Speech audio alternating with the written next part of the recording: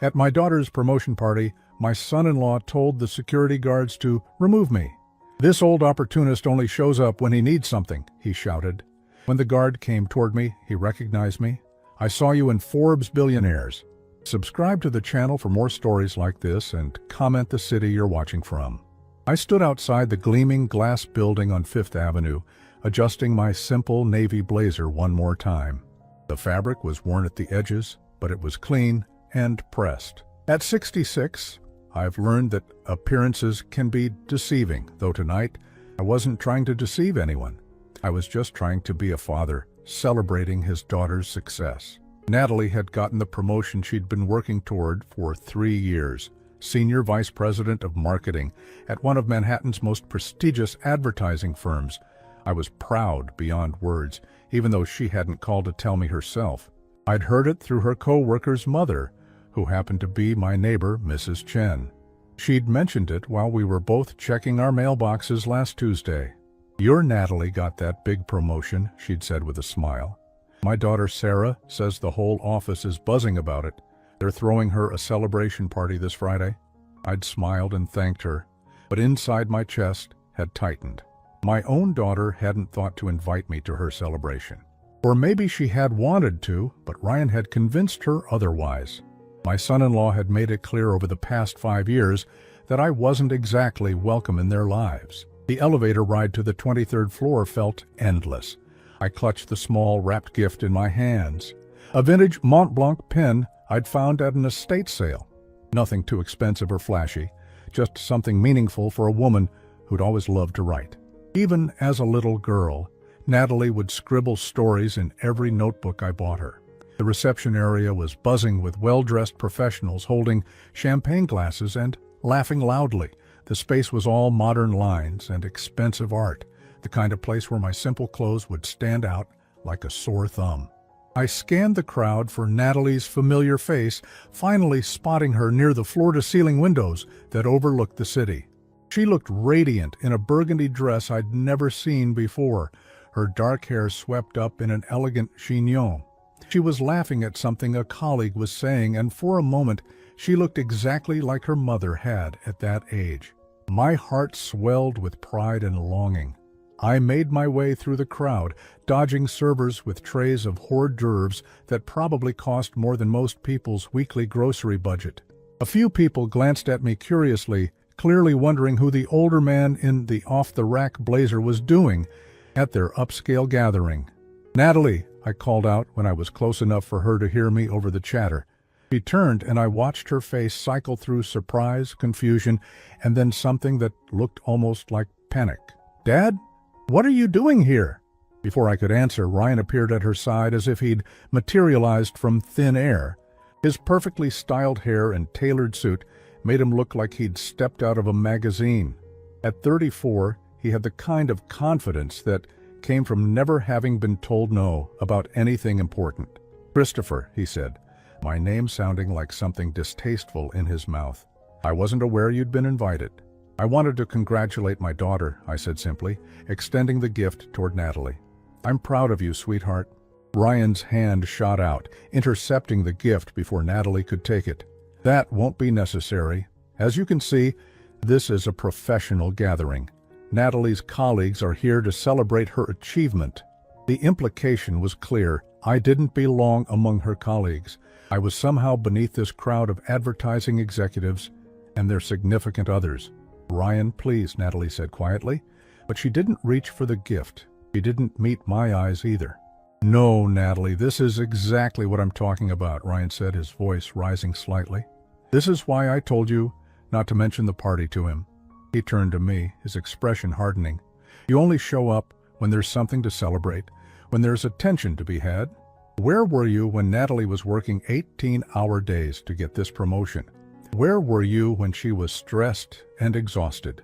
His words hit me like physical blows. I'd wanted to be there for all of those moments, had called and texted offering support, but those messages had gone unanswered. I'd assumed Natalie was too busy, too focused on her career to maintain much contact.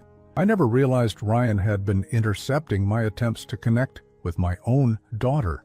"You're nothing but an opportunist," Ryan continued, his voice now loud enough that people were starting to stare. "A sad old man who shows up with cheap gifts, trying to get credit for someone else's hard work." I felt my face burning with humiliation.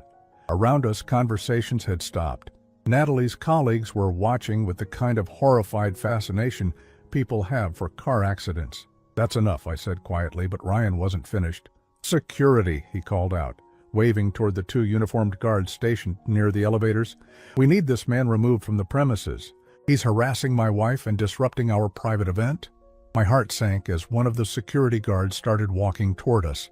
This couldn't be happening. I was about to be thrown out of my own daughter's celebration like some kind of vagrant. The humiliation was crushing, made worse by the fact that Natalie stood there silent, not defending me, not speaking up. The security guard reached us, a tall black man in his 40s, with kind eyes that seemed to recognize the pain in the situation. "Sir," he said gently, "I'm going to have to ask you to come with me." I nodded, not trusting my voice. I set the gift down on a nearby table and turned to follow him. But then, something unexpected happened. The guard stopped walking and turned to look at me more carefully. His eyes widened slightly, and he tilted his head as if trying to place me. "Excuse me," he said quietly, "but aren't you Christopher Hartwell?" I nodded, wondering how he knew my name. His expression changed completely. "I saw your profile in Forbes last month. You're the Christopher Hartwell who made the billionaire list." The words hung in the air like a bomb that hadn't exploded yet. Around us, the party noise seemed to fade as people processed what they'd just heard.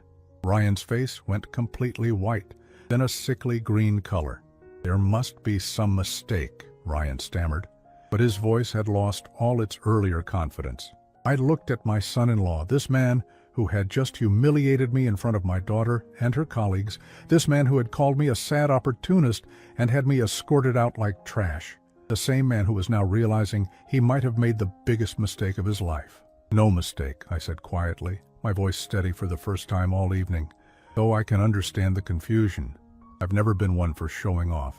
The silence that followed was deafening, broken only by the sound of Ryan's champagne glass slipping from his trembling fingers and shattering on the marble floor. The silence stretched on for what felt like an eternity. I could see Ryan's mind racing, trying to process what he'd just learned. Around us, Natalie's colleagues whispered among themselves, phones discreetly appearing as people undoubtedly searched for my name online. Natalie herself looked like she'd been struck by lightning. "Dad," she whispered, her voice barely audible over the resumed party chatter. "Is it true?" I nodded slowly. "I've never lied to you, sweetheart. I just haven't told you everything." The truth was, I'd built my fortune quietly over the past 30 years, one careful investment at a time. It started when Natalie was just 5 years old, after her mother died in that car accident that changed everything. I'd used the insurance money to buy my first rental property, a small duplex in Queens that nobody else wanted because it needed work. While other single fathers might have spent their evenings at bars or dating, I spent mine learning about real estate, studying market trends, and slowly building a portfolio. Every weekend when Natalie was with her grandmother, I was renovating properties, fixing plumbing, painting walls. I never hired contractors when I could do the work myself. By the time Natalie was in middle school, I owned 6 properties. By high school, it was 20. When she graduated college, I had 43 rental units across 3 boroughs, and I'd started buying larger commercial properties. The cash flow was substantial, but I lived the same modest lifestyle I'd always maintained. I drove the same Honda Civic for 12 years. I bought my clothes at department stores during sales. I lived in the same 2-bedroom apartment in Queens where Natalie had grown up, even though I could have afforded a mansion in the Hamptons. The only indulgence I allowed myself was setting aside money for Natalie's college fund, which grew larger every year, though she never knew its true size. The Forbes article the security guard mentioned had caught me off guard. I'd been avoiding publicity for decades, but when my real estate empire crossed the $1 billion mark last year, some enterprising journalist had started digging. They'd tracked down property records, business filings, and suddenly I was on a list I'd never wanted to be on. Christopher Hartwell, the invisible billionaire, the headline had read. The Queen's landlord, who built an empire in silence. I'd hoped Natalie wouldn't see it. Not because I was ashamed, but because I'd spent her entire life trying to give her something Ryan was now taking away. A normal relationship with her father that wasn't complicated by money. Looking at Ryan now, I could see the wheels turning in his head. He was probably calculating every dismissive comment he'd made about my little apartment and my retirement savings.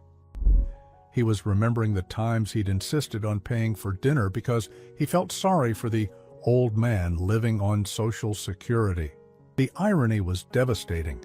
Ryan worked as a mid-level marketing executive at a pharmaceutical company, making a decent salary of around $120,000 a year. He and Natalie lived in a nice but mortgaged two-bedroom apartment on the Upper West Side that cost them $4,000 a month in rent. They drove a leased BMW and charged their vacations to credit cards they struggled to pay off. Meanwhile, I collected rent from properties worth over $1.2 billion.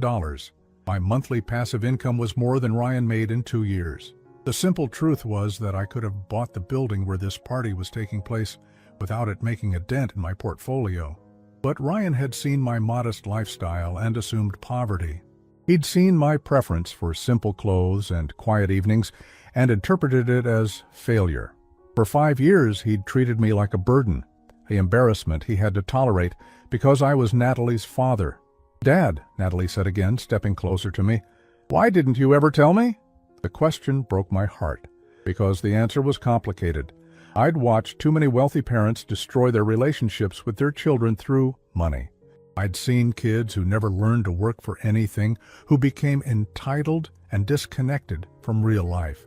I'd wanted Natalie to build her own success, to feel proud of her achievements without wondering if they were really hers or just products of her father's wealth. "I wanted you to know your own worth," I said quietly. "I wanted you to succeed because of who you are, not because of what I could give you." Ryan's face had cycled through several colors by now, settling on a pale gray that matched his eyes. "This is impossible," he muttered. "You live in that tiny apartment. You wear clothes from Target. You drive that ancient Honda. Money doesn't have to change how you live," I replied. "It can just change what you can do for people you care about." The weight of that statement hung between us. Ryan was beginning to understand that for 5 years he'd been insulting and dismissing a man who could have changed their lives with a single phone call. More than that, he was realizing that his treatment of me had probably influenced Natalie's distance from her father. I'd lost count of the holidays I'd spent alone, the birthdays that passed without calls, the grandchildren I might never have because Ryan had convinced my daughter that her father was somehow inadequate. He'd made her ashamed of me, and I'd been too proud to correct his assumptions. The security guard who'd recognized me was still standing nearby, clearly uncomfortable with the situation he'd inadvertently created. "Sir," he said to me quietly, "would you like me to escort anyone else out?" I looked at Ryan, who was now sweating despite the air conditioning, and then at Natalie, who looked like she was seeing her entire life from a new perspective. "That won't be necessary," I said. "I think I'll stay for my daughter's celebration after all." Ryan opened his mouth as if to object, then closed it again. What could he say? That he didn't want his wife's billionaire father at her promotion party? That he preferred to keep insulting the man who could buy and sell his entire company without thinking about it? But the damage was already done. The look in Natalie's eyes told me she was starting to remember things differently now. Phone calls that had gone unreturned, invitations that had been declined, holidays I'd spent alone while they went to Ryan's family gatherings. How many times had I offered to help with something, only to be told they had it handled? How many times had Ryan intercepted those offers, painting them as inappropriate intrusions from a father who didn't understand their financial independence? The worst part was that I'd respected their wishes. When they'd insisted on paying their own way, I'd stepped back. When Ryan had made it clear that my help wasn't welcome, I'd honored that boundary. I thought I was being a good father by letting them build their own lives. Instead, I'd allowed Ryan to create a narrative where I was the absent father, the one who didn't care enough to be involved. And Natalie, trusting her husband, had believed it. The party continued around us, but it felt like we were trapped in a bubble of tension. Natalie had pulled me aside to a quieter corner near the windows, while Ryan hovered nearby, clearly trying to figure out how to manage this crisis. I could see him calculating, probably wondering if there was still a way to spin this in his favor. "Dad, I need to understand," Natalie said, her voice shaking slightly. "All these years, when Ryan said you weren't interested in helping us, when he said you preferred to keep your distance, what exactly did he tell you?" I asked gently, though my heart was already breaking in anticipation of her answer. She looked back at Ryan, who was pretending to check his phone while obviously listening to every word. "He said you thought we should handle our own problems, that you believed it would make us stronger." Her voice got smaller. "He said you told him directly that you didn't want to be the kind of father who enabled his adult children." I felt something cold settle in my stomach. Those weren't just misunderstandings or miscommunications. Those were deliberate lies, carefully crafted to make Natalie believe I didn't want to be part of their lives. "Sweetheart," I said carefully, "I never said any of those things to Ryan. In fact, I've had very few conversations with your husband at all over the years." Her eyes widened. "But he said you two talked regularly. He said you specifically asked him to handle communications between us because direct contact made you uncomfortable." The pieces were falling into place now, creating a picture that made me sick. Ryan hadn't just discouraged my involvement in their lives.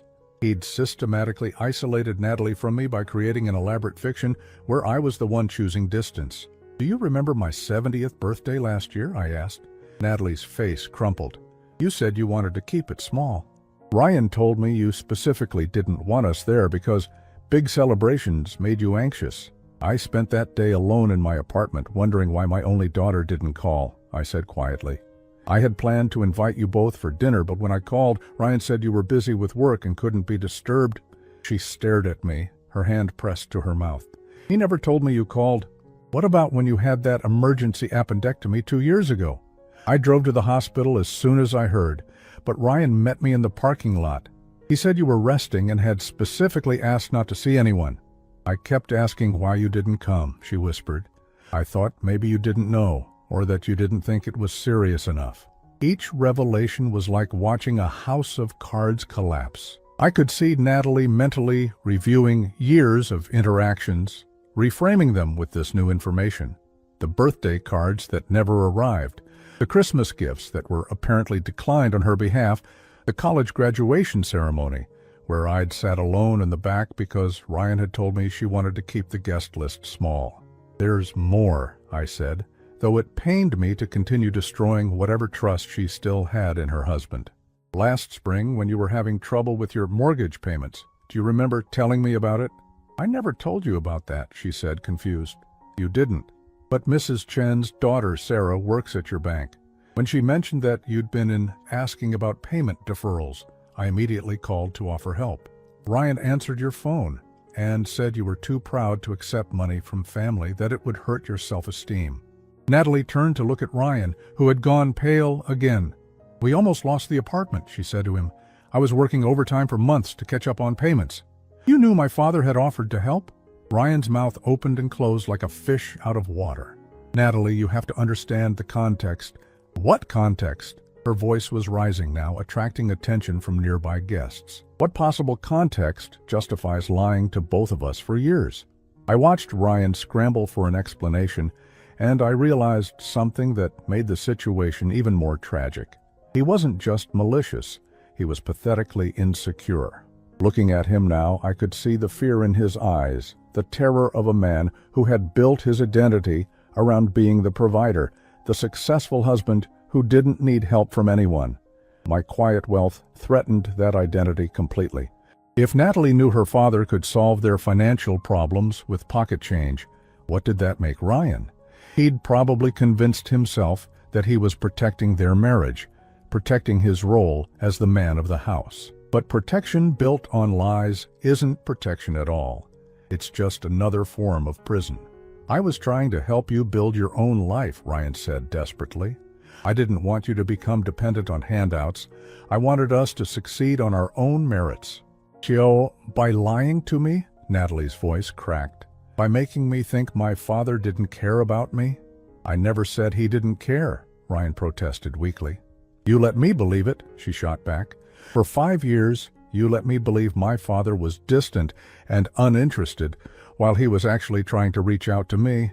I stepped closer to my daughter, my heart aching for the pain in her voice. Natalie, there's something else you should know. The college fund I set up for you when you were born? It's still there. It's grown to about $400,000 over the years. I've been waiting for the right time to give it to you, maybe for a house down payment or when you decided to have children. He stared at me in shock. $400,000? I've been adding to it every year, along with the returns from my investments. I wanted to make sure you'd always have options, always have security. Ryan's face had gone from pale to red. You never mentioned any college fund. Because you never gave me the chance, I replied evenly. Every time I tried to discuss Natalie's future or our family's finances, you changed the subject or ended the conversation. I could see Natalie processing all of this information, her mind racing through years of memories that now had completely different meanings. The small gifts I'd given her that Ryan had dismissed as inadequate. The modest restaurant meals where I'd insisted on paying, which he'd attributed to old-fashioned stubbornness rather than genuine desire to treat my daughter. The quiet way I'd lived, which he'd interpreted as evidence of limited means rather than personal choice.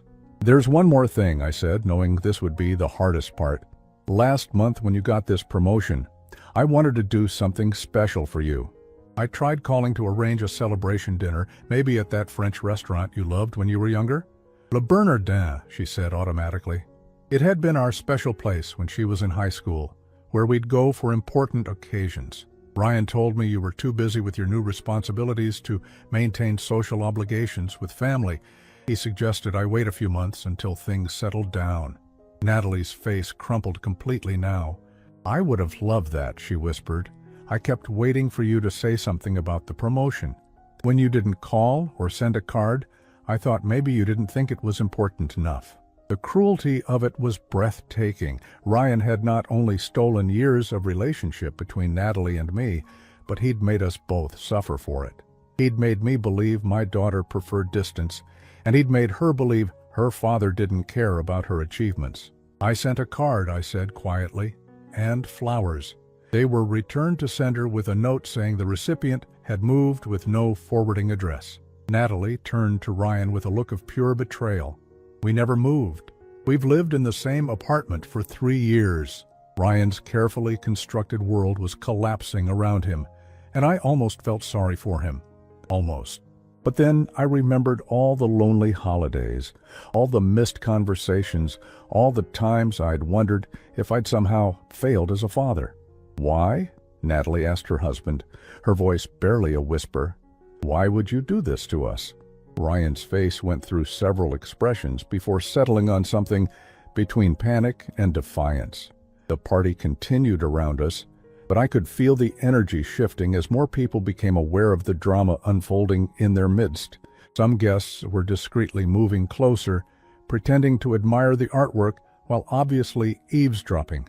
Natalie, we need to discuss this at home, Ryan said, his voice tight with forced control. This isn't the place for family drama.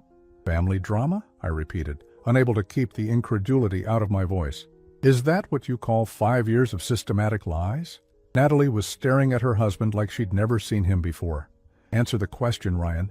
Why did you do this? He looked around frantically, clearly hoping for some escape from the situation he'd created. When none appeared, he tried a different approach. Look, maybe I made some mistakes in judgment, but my intentions were good. I was trying to protect our marriage, our independence. From what? Natalie demanded. From my father caring about me? From becoming dependent on handouts, Ryan shot back, some of his earlier arrogance returning. Do you have any idea what it would have done to our relationship if we'd known about his money from the beginning? You'd have run to Daddy every time we had a problem instead of working through things together. I watched my daughter's face as she processed this warped logic. The idea that love and support from family was somehow a threat to her marriage, that accepting help from her father would have weakened her as a person. "You mean like how we worked through almost losing our apartment?" she asked, her voice dangerously quiet. "Or how we worked through me taking a second job to pay for your MBA classes?" Ryan flinched. "That's different. Those were investments in our future." "My father offering help was also an investment in our future," Natalie said. "An investment in his relationship with his daughter." I decided it was time to share something else I'd discovered, something that made Ryan's motivations even clearer. "There's another reason your husband preferred to keep me at a distance," I said quietly. "Ryan, would you like to tell Natalie about the loan application you submitted last year?" The color drained from his face completely. "What loan application?" "The one where you listed your income as significantly higher than it actually is. The one where you claimed to have family financial backing that didn't exist." I pulled out my phone and scrolled to a screenshot I'd saved months ago. I own the building where First National Bank has their headquarters. When large loan applications mention family wealth, the bank sometimes does additional verification. That's how I learned about your attempt to secure a $500,000 business loan using my daughter's name and a fictional version of our family's financial situation. Natalie grabbed the phone from my hand, staring at the screen. "You applied for a business loan? For what business?" Ryan's silence was answer enough. There was no business. Just like there had been no family emergencies that required borrowing against their credit cards. No urgent investments that had mysteriously failed to pay off. "Where's the money, Ryan?" Natalie's voice had gone ice cold. "All those times you said we were struggling. All those times I worked overtime while you were supposedly managing our finances. Where did the money go?" I watched my son-in-law crumble in real time. The confident, dismissive man who had me thrown out of the party an hour ago was now sweating through his expensive shirt, looking around desperately for an exit that didn't exist. "There were some investments that didn't pan out," he said weakly. "What kind of investments?" Natalie pressed. Ryan's mouth opened and closed several times before he finally admitted, "Cryptocurrency, day trading. I thought I could multiply our savings." The confession hung in the air like a toxic cloud. Natalie was staring at her husband with a mixture of horror and disgust that I'd never seen on her face before. "You gambled away our savings," she said, her voice barely audible. "While I was working 60-hour weeks, while I was stressing about mortgage payments, you were gambling with our money." "It wasn't gambling," Ryan protested desperately. "It was calculated risks. I was trying to build something for us, to create the kind of wealth that would make us independent." "Independent from what?" I asked. "From family? From people who love you and want to help?" "Independent from charity," Ryan snapped, finally showing his true colors. "Independent from pity handouts from rich relatives who want to feel good about themselves." The words hit like a slap. After everything that had been revealed, he still saw my desire to help my daughter as some kind of ego trip rather than genuine love. Natalie took a step back from her husband, and I could see something fundamental shift in her expression. "Is that really what you think? That my father's love is charity?" "I think rich people use money to control others," Ryan said, doubling down on his delusion. "I was protecting you from becoming another spoiled rich kid who never learned to work for anything." "Spoiled?" Natalie's voice cracked with emotion. "I've worked for everything I have. I earned this promotion. I paid for my own college education with scholarships and student loans that I'm still paying off. What exactly did you protect me from?" "From this?" Ryan gestured wildly around the room. "From finding out that none of your achievements matter because Daddy could have just bought you a company to run." The complete wrongness of his statement left me speechless for a moment. This man had spent 5 years isolating my daughter from me based on a fundamentally twisted understanding of what wealth and family meant. "Ryan," I said quietly, "I never would have bought Natalie a job. I'm proud of her precisely because she earned everything herself. The money I have doesn't diminish her accomplishments. It just means she doesn't have to struggle unnecessarily while building her career." But he wasn't listening anymore. I could see that his entire worldview was collapsing, and instead of accepting responsibility, he was lashing out. "This is exactly what I was afraid of," he said, his voice rising. "Now that she knows about your money, everything changes. Our whole relationship becomes about what we can get from you instead of what we can build together. Maybe our relationship was never as strong as you thought, Natalie said quietly. If it couldn't survive me having a relationship with my father. Well, the finality in her voice seemed to penetrate Ryan's panic. He looked at her with something approaching desperation. Natalie, don't let this destroy what we have. We can work through this. We can go to counseling, figure out how to move forward. Move forward from what? She asked. From you lying to me for 5 years? From you gambling away our savings? From you deliberately sabotaging my relationship with my father? Ryan turned to me, and I saw something in his eyes I hadn't expected.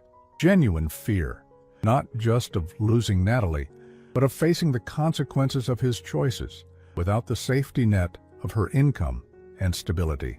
Christopher, you have to understand, he said desperately. I was trying to be a good husband.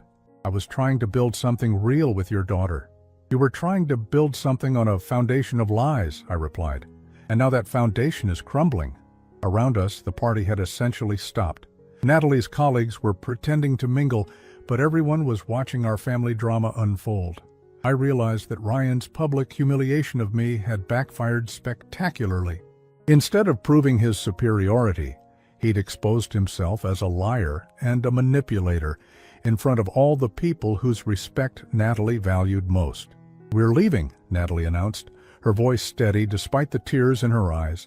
Ryan, we need to go home and have a very long conversation about our marriage. Ryan nodded eagerly, probably thinking he still had a chance to salvage the situation once they were alone. But I could see something in my daughter's eyes that he couldn't. The same determination that had driven her to earn this promotion, the same strength that had carried her through years of believing her father didn't care about her. She wasn't just angry. She was done. 3 days passed before I heard from Natalie again. When she finally called, her voice sounded hollow, exhausted in a way that had nothing to do with physical tiredness. Dad, can we meet? Just the two of us? We arranged to meet at a small cafe in Queens, not far from the apartment where she'd grown up. It seemed fitting somehow, returning to the place where our relationship had begun before Ryan had systematically dismantled it. When I arrived, she was already there, sitting at a corner table with her hands wrapped around a coffee cup like she was trying to draw warmth from it. She looked like she hadn't slept in days, her usual professional polish replaced by something raw and vulnerable. How are you holding up? I asked as I sat down across from her. She let out a bitter laugh. I feel like I've been living someone else's life for the past 5 years, like I was sleepwalking through my own marriage. I waited, sensing she needed to talk this through at her own pace. After we left the party, Ryan and I stayed up until 4 a.m, going through everything, she continued. Every lie, every intercepted phone call, every time he convinced me you didn't want to see me. Her voice cracked slightly. Dad, I missed you so much over the years. I thought I'd disappointed you somehow, that I wasn't the daughter you wanted me to be. The pain in her voice was like a knife to my chest. You never disappointed me, sweetheart, not once. You've always been exactly the daughter I hoped for. Then why didn't you fight harder? The question came out sharper than she'd probably intended. Why didn't you push back when Ryan was keeping us apart? It was a fair question, one I'd been asking myself for 3 days. Because I thought I was respecting your choices, I said slowly. When Ryan said you preferred independence, when he said you didn't want family interference, I believed him. I thought forcing my way into your life would push you further away. But you must have known something was wrong. 5 years, Dad. 5 years of barely talking. I nodded, the weight of those lost years settling on my shoulders.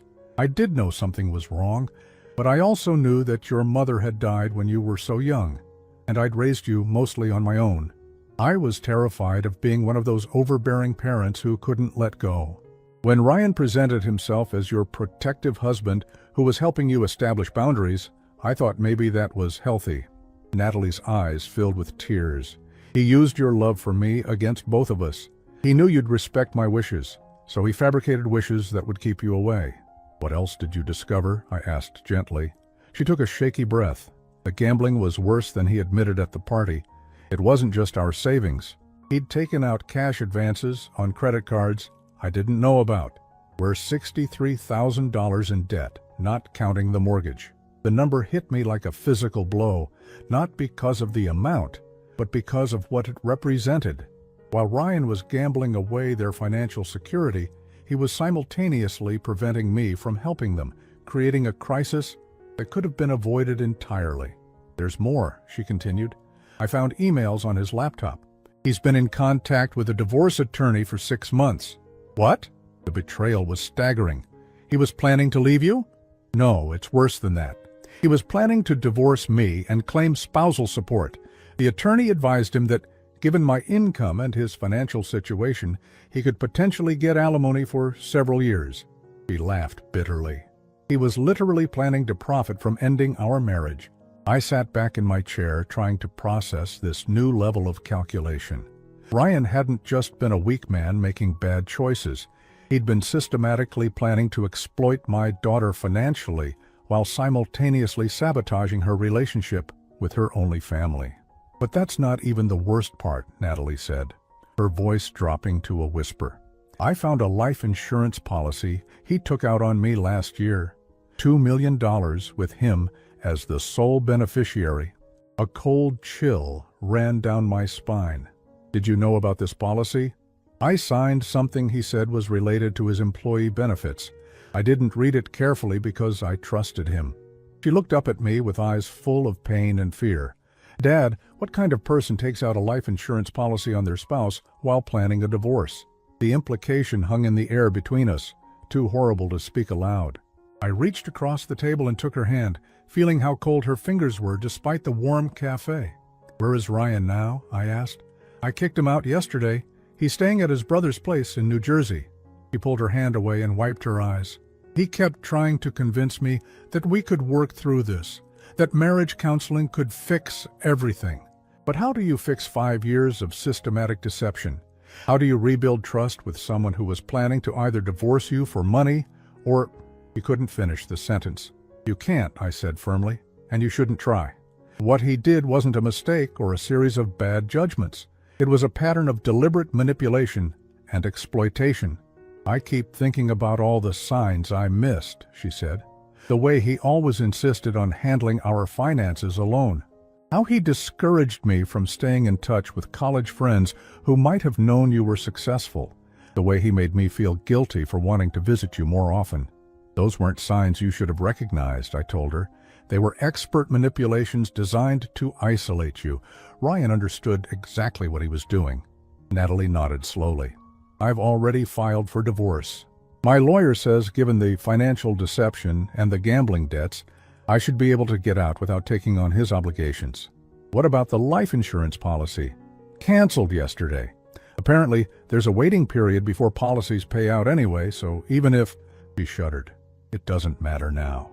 We sat in silence for a moment, both of us processing the full scope of what Ryan had done. It wasn't just about the money, or even the lies. He'd stolen years of relationship between Natalie and me, years we could never get back. Dad, I need to ask you something, she said finally. That college fund you mentioned, and all the times you offered to help over the years, were you hurt when you thought I was rejecting your support? The question opened a wound I'd been trying to ignore. Yes, I admitted. It broke my heart every time. I kept wondering if I'd done something wrong, if you were ashamed of me somehow. Wow, I thought you were ashamed of me, she said softly. Ryan convinced me that your distance meant you didn't approve of my life choices, my career, my marriage to him. The cruel symmetry of it was breathtaking. Ryan had made both of us feel rejected by the other, creating a void that he could fill with his own version of reality. There's something else I need to tell you, Natalie said, her voice getting stronger.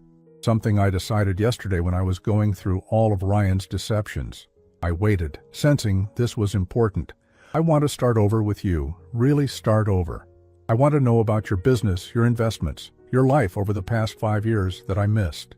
I want to understand why you chose to live so modestly despite being so successful. And I want you to know about my real life, not the version Ryan was filtering for you. Relief flooded through me so powerfully I nearly cried. I'd like that more than anything. I know it won't be easy, she continued. I'm probably going to need therapy to work through all of this. And I might have moments where I'm angry at you for not fighting harder to stay in my life. I understand, I said, and I want you to know that therapy is probably a good idea for both of us. We both need to process what happened and figure out how to move forward. She nodded, then looked at me with something I hadn't seen in her eyes for years. Hope. Will you help me with something? She asked. I want to understand your business. I want to learn about real estate investment and property management. Maybe we could work together someday. The suggestion took my breath away. You want to join the family business? I want to build something with my father, she said simply. Something real, something honest, something Ryan can never touch or manipulate. But for the first time in 5 years, I felt like I had my daughter back. Not the polished professional who'd been keeping me at arm's length, but the curious, determined young woman I'd raised, the one who'd always wanted to understand how things worked. I'd love that, I told her. More than you know. We'll bust. 6 months later, I was sitting in my newly expanded office in Manhattan, watching Natalie review property acquisition reports with the same intensity she'd once brought to her advertising campaigns. She'd moved out of the apartment she'd shared with Ryan and into a beautiful one-bedroom place just 12 blocks from our new headquarters. The divorce had been finalized 3 weeks ago, and she'd emerged from it financially independent and emotionally stronger than I'd ever seen her. The Brooklyn portfolio is performing better than projected, she said, looking up from her laptop. Rental income is up 18% from last quarter, and the property values have appreciated faster than we expected. I smiled, remembering how nervous she'd been during her first week learning the real estate business. She'd approached it like she approached everything else, with meticulous research and unwavering determination. Within 2 months, she was identifying investment opportunities I'd overlooked and suggesting improvements to our property management systems that saved us thousands of dollars. What about the commercial project in Queens? I asked. The permits came through yesterday. We can start construction on the mixed-use development next month. She paused, a small smile playing at her lips. I have to admit, this is more satisfying than convincing people to buy products they don't need. It had taken time for us to rebuild our relationship. Those first few weeks had been awkward, both of us walking carefully around the wounds Ryan had created. We'd gone to family therapy together, working through years of miscommunication and hurt feelings. Slowly, we'd learned to trust each other again, to share our thoughts and concerns without worrying about hidden agendas or manipulated messages. The business partnership had been Natalie's idea, but I'd embraced it wholeheartedly. Having her involved gave the work new meaning, transformed it from a solitary pursuit into something we were building together. She brought fresh perspectives and modern approaches to an industry that sometimes resisted change, while I provided the experience and capital that made ambitious projects possible. Dad, there's something I want to show you, she said, closing her laptop and pulling out a folder I hadn't seen before. I've been working on this for the past month. She handed me a detailed business proposal for a new venture, affordable housing development specifically designed for single parents and their children. The project would use innovative construction techniques to keep costs low while creating safe, attractive communities with built-in childcare facilities and educational resources. This is incredible, I said, reading through her meticulously researched plans. You've thought of everything. I kept thinking about how hard it must have been for you when Mom died, she said quietly. Trying to raise me alone while building your business. If there had been housing specifically designed for families like ours, with support systems built in, maybe things would have been easier. The thoughtfulness behind the project moved me deeply. She wasn't just proposing a profitable investment. She was trying to solve a problem that had affected our own family, using our resources to help other parents who were struggling the way I once had. How much would this first development cost? I asked. About $12 million for a 50-unit complex, she said. The profit margins would be smaller than our luxury properties, but the social impact would be significant. And I think there might be tax advantages for affordable housing development. I looked at my daughter, this brilliant woman who'd inherited her mother's compassion and my business instincts, and felt a surge of pride that had nothing to do with money or success. Let's do it, I said. In fact, Let's plan for 3 developments instead of 1. Her face lit up with excitement. Really? You think it's viable? I think it's exactly the kind of project that makes wealth meaningful, I told her. And I think your mother would be proud of what you're trying to build. The mention of her mother brought tears to Natalie's eyes. But they were good tears this time, tears of connection rather than loss. There's something else, she said, reaching into her desk drawer. I want to show you this. She handed me a framed photograph I hadn't seen in years. The 2 of us at her high school graduation, both beaming with pride and joy. I remembered that day clearly. She'd been valedictorian, and I'd been bursting with pride as she gave her speech about the importance of perseverance and family support. I found this in a box Ryan had hidden in our closet, she said, along with all the letters you sent over the years, the birthday cards, the Christmas gifts. He kept everything, probably planning to use them as evidence of your interference if he ever needed ammunition for the divorce. I stared at the photograph, remembering how happy we'd both been that day, how close we'd felt despite all the challenges of the previous years. I'm having it enlarged and framed for the lobby of our new building, she said, a reminder of what real family looks like. The gesture was perfect, a reclaiming of our history that Ryan had tried to steal from us. Whatever happened to him, I asked. It was the first time either of us had mentioned Ryan in months. Last I heard, he was working as a sales associate at a car dealership in New Jersey, she said, without any apparent emotion. His brother got tired of supporting him, and the gambling debts caught up with him. His lawyer dropped him when he couldn't pay his fees.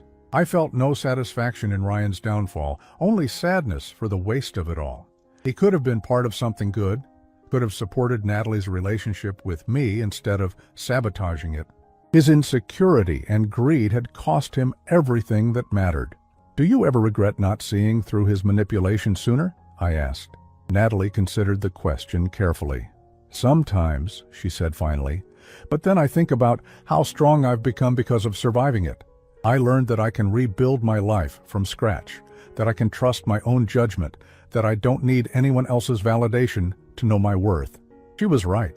The woman sitting across from me was stronger and more self-assured than the person who'd been married to Ryan. She'd emerged from the destruction of her old life with a clearer sense of who she was and what she wanted.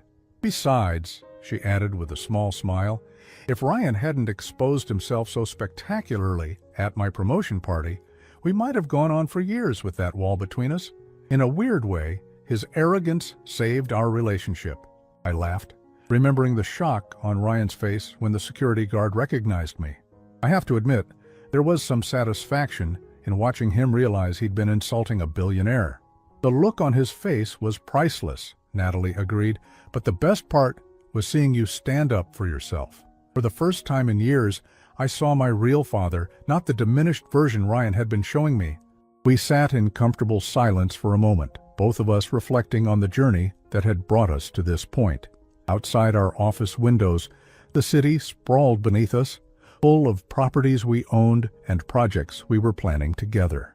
Dad, Natalie said finally, I want you to know that these past 6 months have been the happiest I've been in years. Working with you, rebuilding our relationship, creating something meaningful together. This is what family is supposed to feel like. For me too, I said, meaning it completely. I spent so many years thinking I'd failed as a father because you seemed to prefer distance. Now I understand that love isn't about giving people space when they ask for it. It's about fighting for the relationship when something doesn't feel right. Next time someone tries to come between us, she said with determination, we'll know better. Next time, we'll communicate directly instead of trusting intermediaries, I agreed.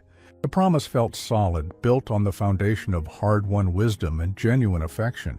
We'd both learned that relationships worth having are worth fighting for, that silence can be as destructive as conflict, and that love requires vigilance to protect it from those who would exploit it.